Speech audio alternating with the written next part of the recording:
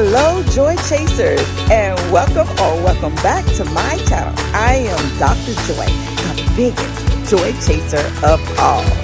Today, we have a topic for you because we are chasing after joy and following our own path. Are you ready, Joy Chasers?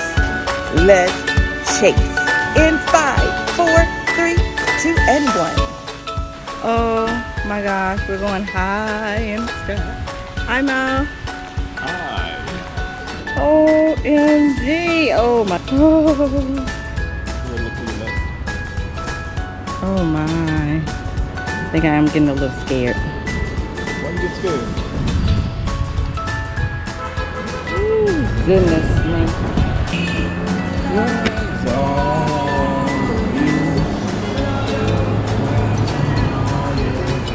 All the way down.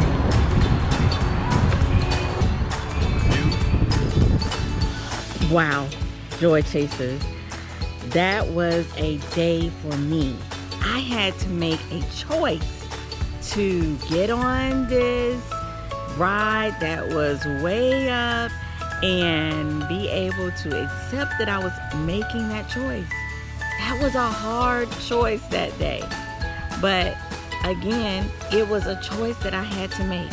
Sometimes when we make choices, our choices can be hard, and sometimes our choices can be easy, but we have to make them. And the thing about making those choices is once you make the choice, you need to stick with it, because sometimes it's no out. Just like what happened with me, it was no out. I couldn't turn back. Once I made that choice, that was it.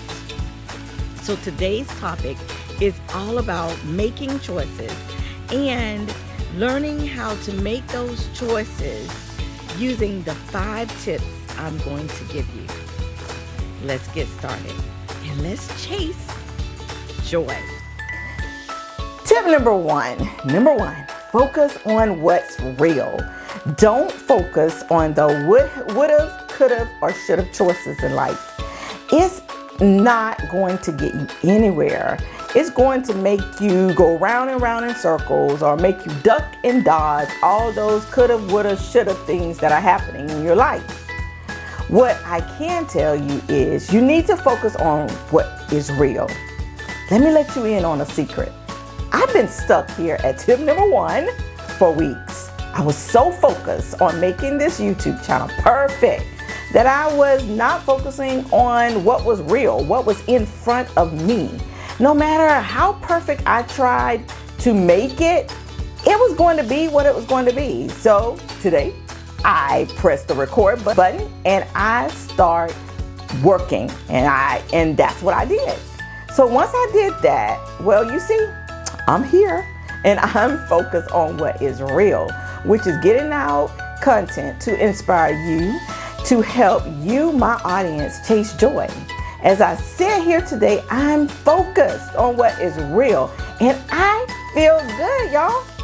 Tip number 2, keep your eyes wide open and no rose-colored glasses, please. Now, this was the hardest tip for me back in my younger years, because I wanted to live that fantasy life of everything being peaches and cream. Girl, bye. I had to do was take off those rose-colored glasses and put back on my glasses with my eyes open wide. And I learned real quick that looking through rose-colored glasses was knocking reality back. Or like my mom would say, ain't nobody gonna do nothing for you, Joy. It's hard out here for a girl. So what I did was I quickly learned that when I'm making life choices, I need my eyes wide open. There are people out there that will take advantage of your kindness, your generosity. Shoot, it's some people out there that will take their clothes off your back because of the choices you've made and send you packing with your gullible self back to wherever you were. And I say, don't let it happen. When making a choice, ask yourself, Who will benefit? Why am I doing it? What will the outcome be? When do I need to make a choice? Where is my money? No, for real. But where is this choice going to get me? And that's what you need to do. But whatever you do, open your eyes wide. Be clear with the way you respond. Focus on what's real. And know if your eyes are open wide, hopefully the choice you are making will benefit you. Tip number 3, give yourself time to think. Proactive thinking before reactive thinking. What I mean by this is don't just be quick to make a choice. Think about what you're doing. Don't let nobody rush you, because you should always remember that people who are rushing you to make a decision, they have their own agenda, and it may not be benefiting you. Choice tip number 4, follow a thought process, because there's levels to this ish.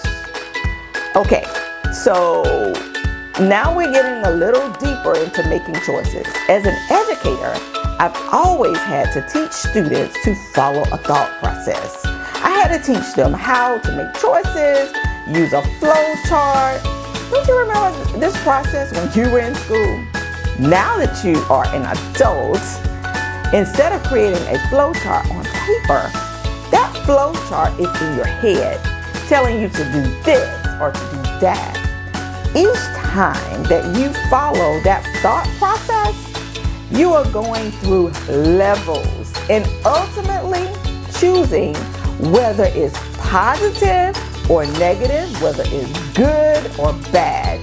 When making choices, there are levels to this ish, and that is okay, because the ultimate goal is for you to find joy in the choice that you made. Tip number 5, stick to the choice, and if it's positive and helping you chase your joy, make it permanent.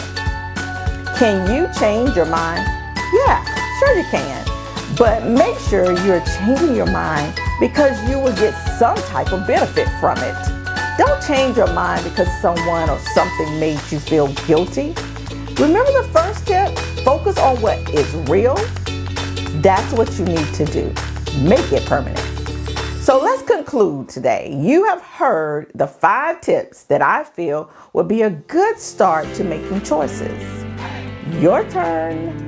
What are you going to do with this information? Well, time will tell, but since you are here with me, let's continue this conversation. On this channel, I want to build a community of listeners and viewers who are very serious about chasing joy.